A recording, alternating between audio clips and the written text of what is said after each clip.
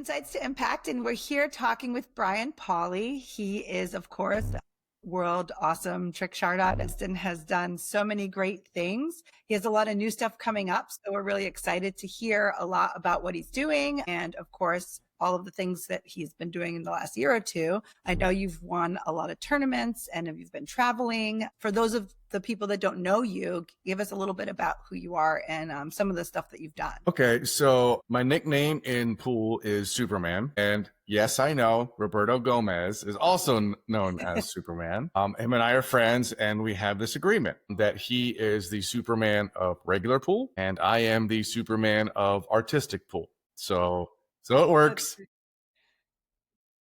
But now I've been doing the artistic pool tournaments for about 10 years now at the pro level, and been doing shows myself across the country probably about for the last 7 years. So I've been fortunate enough to travel to a number of different states, meet a lot of really cool people, and be able to entertain people on the table. So that's been really fun. So I really enjoy it. The shows are the fun part. That's where you can get to interact with everybody and just make pool fun, because pool's supposed to be fun. Right. And you know, you're also very competitive. You've placed in a lot of huge tournaments, right? Trick shot tournaments, the top. What is some of your best finishes there? Well, I would probably have to say in 2018 or 2019, I won the world draw title. And so how this works is we have 8 different categories, and we call them disciplines. And all the shots have a point value as far as degree of difficulty.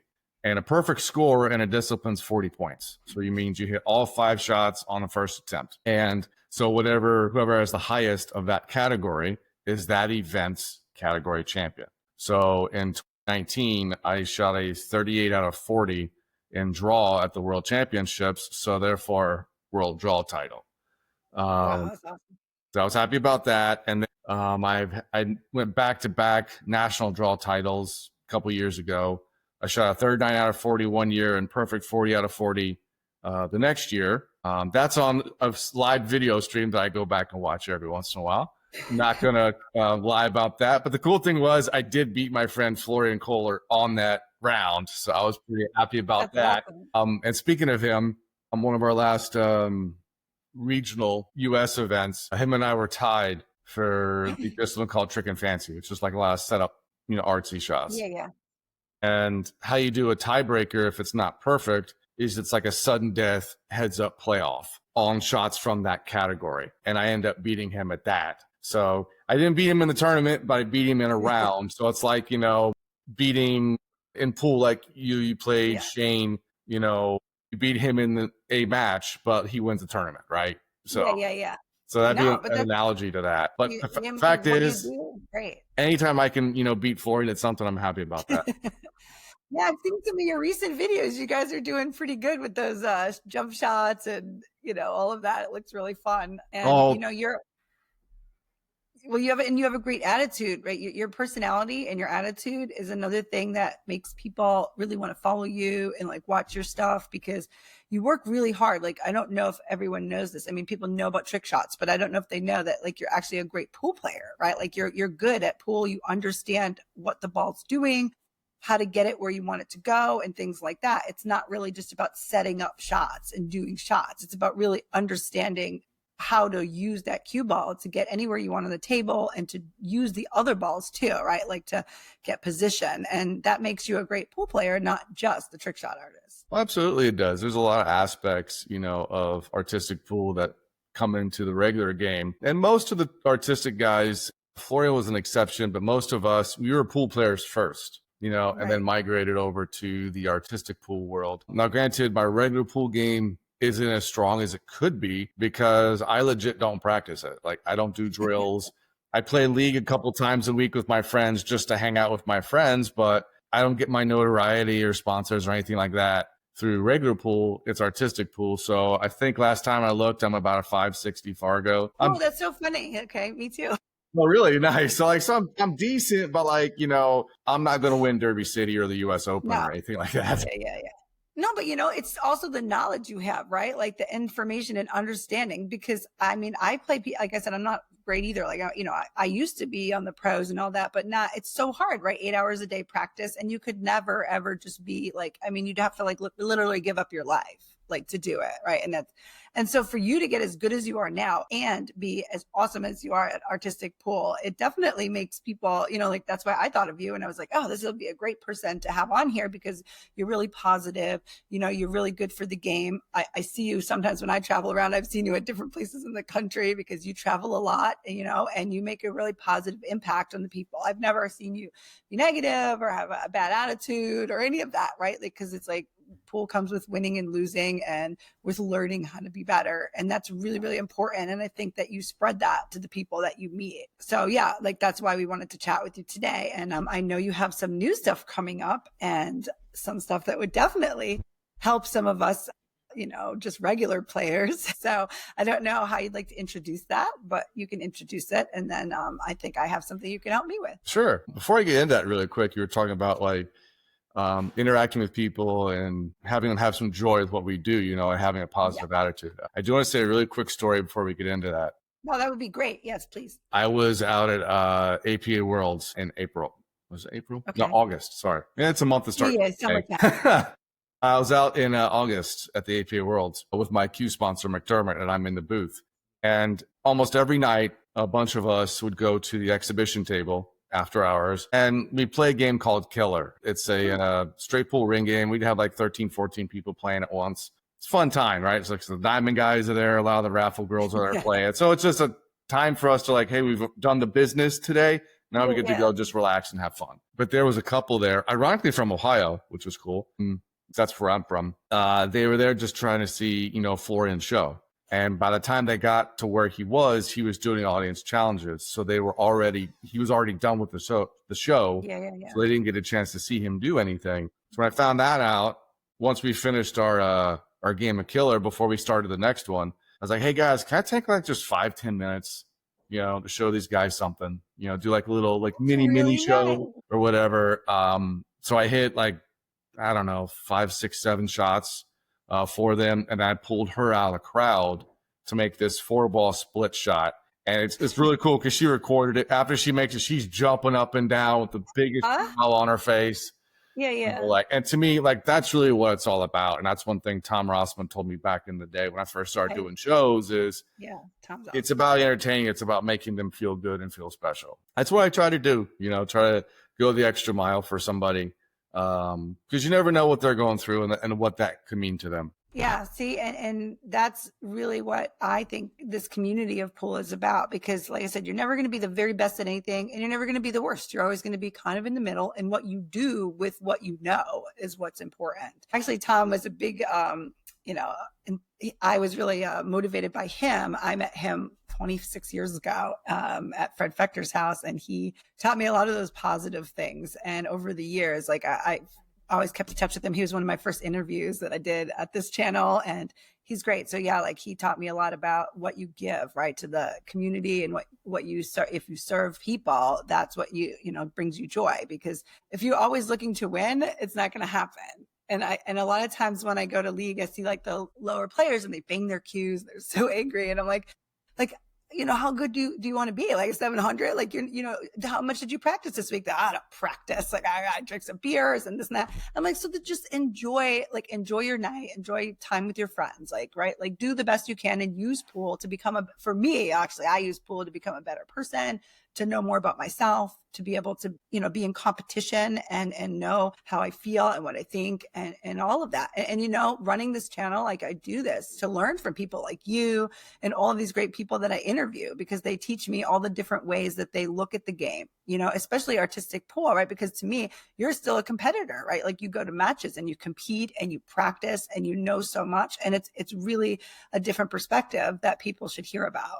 Yeah, I appreciate that. So if you have any other stories, or we can move into like some other cool stuff that I'm sure everyone's going to be really excited to hear about, that would be great. Let me see here.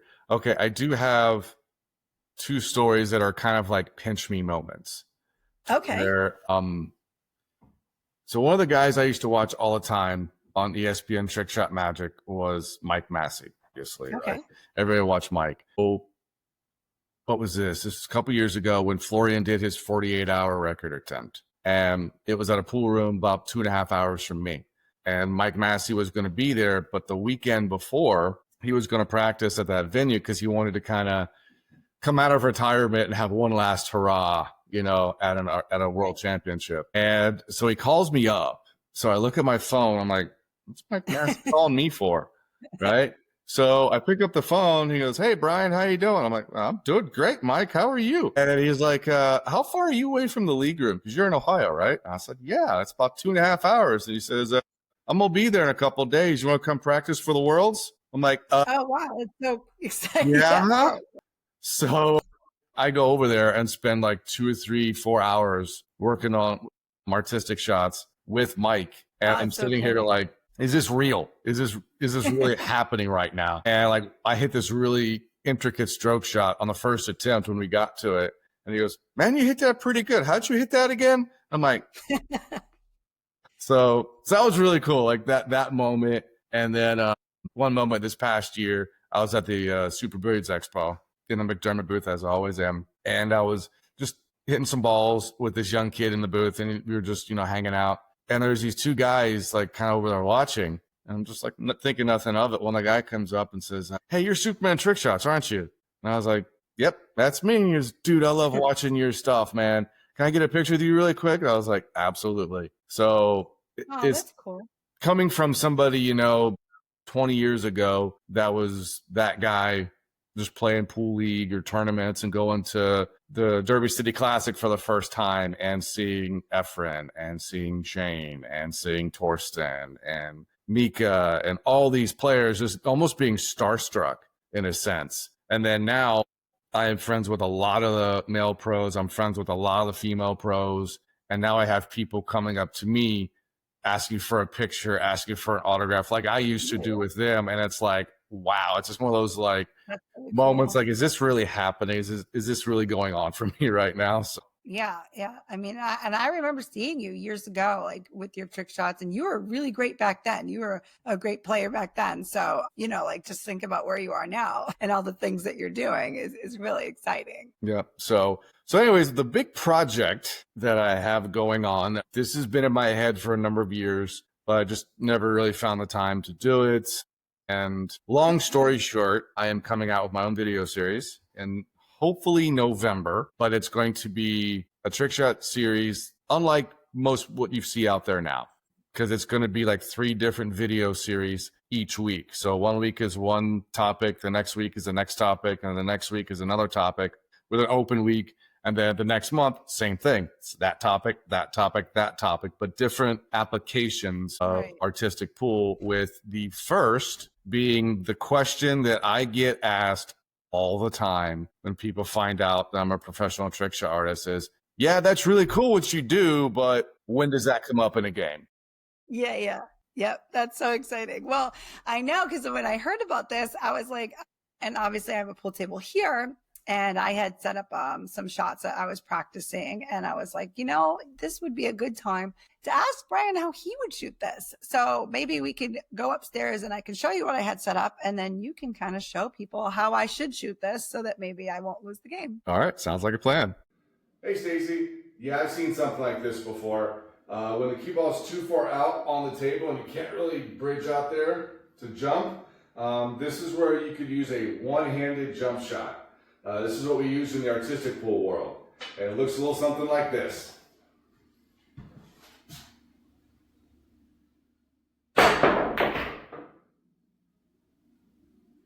So thanks for showing us that shot and how to do that in a game. Obviously, people leave the 8-ball hanging all the time. And if we could do a one-handed jump shot, then I'm sure that we would be a lot better at pool. Oh, yeah. It's the story.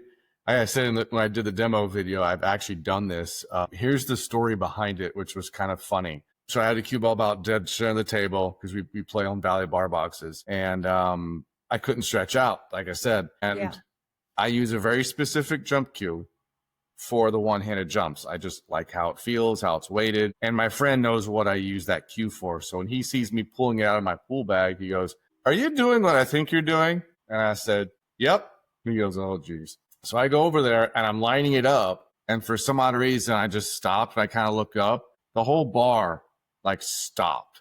They're like, what in the world is this guy doing? So like I get back down, I aim, I jump it, I make the 8-ball, win the game, and my opponent comes up to me and goes, dude, that ain't even right, man.